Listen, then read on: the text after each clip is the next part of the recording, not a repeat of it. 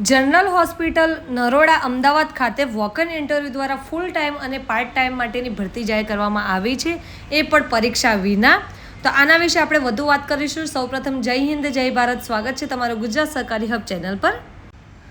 Official notification આપણે સૌપ્રથમ અહીંયા જોઈશું. કર્મચારી રાજ્ય વીમા નિગમ general hospital Naroda walk-in interview website ઉપર 2026ની વિગતવાર જાહેરાત નંબર 1 મુજબ જનરલ હોસ્પિટલ નરોડા અમદાવાદ ગુજરાત ખાતે રેસિડેન્સી યોજના હેઠળ 3 વર્ષ માટે સિનિયર રેસિડેન્સી એટલે કે સંતોષકારક કામગીરીના આધારે દર વર્ષે 3 વર્ષ સુધી વધારી શકાય છે અને કરાર આધારિત ફૂલ ટાઈમ સ્પેશિયાલિસ્ટ અને પાર્ટ ટાઈમ સ્પેશિયાલિસ્ટની ભરતી માટે વોક-ઇન ઇન્ટરવ્યૂ રાખવામાં આવેલું છે. જો તમે 3 વર્ષ અહીંયા ફિક્સ તમારી જોબ રહેશે અને સારું કામ કરશો તો વધુ 3 વર્ષ તમારા વધારી શકે છે.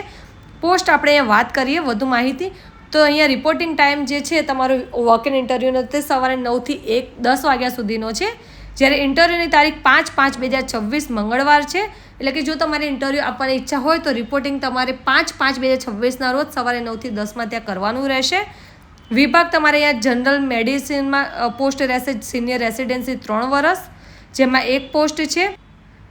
જ્યારે ડર્મેટોલોજીમાં ફૂલ ટાઈમ અને પાર્ટ ટાઈમની પોસ્ટ છે. જ્યારે ઓર્થોપેડિકમાં પાર્ટ ટાઈમની જોબ છે. ENTમાં પાર્ટ ટાઈમની જોબ છે.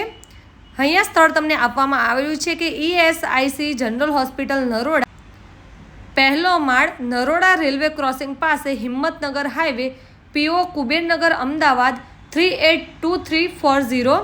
વધુ માહિતી તમને ઓફિશિયલ વેબસાઇટ છે www.esic.government.in ઉપર મળી રહેશે. અહીંયા તમને પોસ્ટ કોષ્ટક વાઇઝ જોવા મળી રહે. જે પણ ઉમેદવારો અહીંયા વોક-ઇન ઇન્ટરવ્યૂ આપવા માગતા હોય તેઓને 5/5/2026 મંગળવારના રોજ સવારે 9 થી 10 વાગ્યાની વચ્ચે તમારે જે સ્થળ આપણે વાત કરી તે સ્થળ ઉપર તમારે રિપોર્ટિંગ કરવાનું રહેશે તમારા ઓરિજિનલ ડોક્યુમેન્ટ્સ એન્ડ 2 ફોટોગ્રાફ સાથે.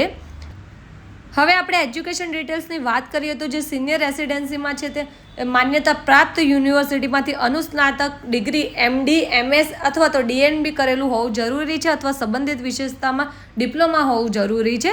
જ્યારે નિષ્ણાતની વાત કરીએ ત્યારે પ્રવર્તમાન ESIC રેસિડેન્સી સ્પેશિયાલિસ્ટ ધોરણો અનુસાર જરૂરી અનુભવો સાથે સંબંધિત વિશેષતાઓ અનુસ્નાતક ડિગ્રી અથવા ડિપ્લોમા કરેલું હોવું જોઈએ.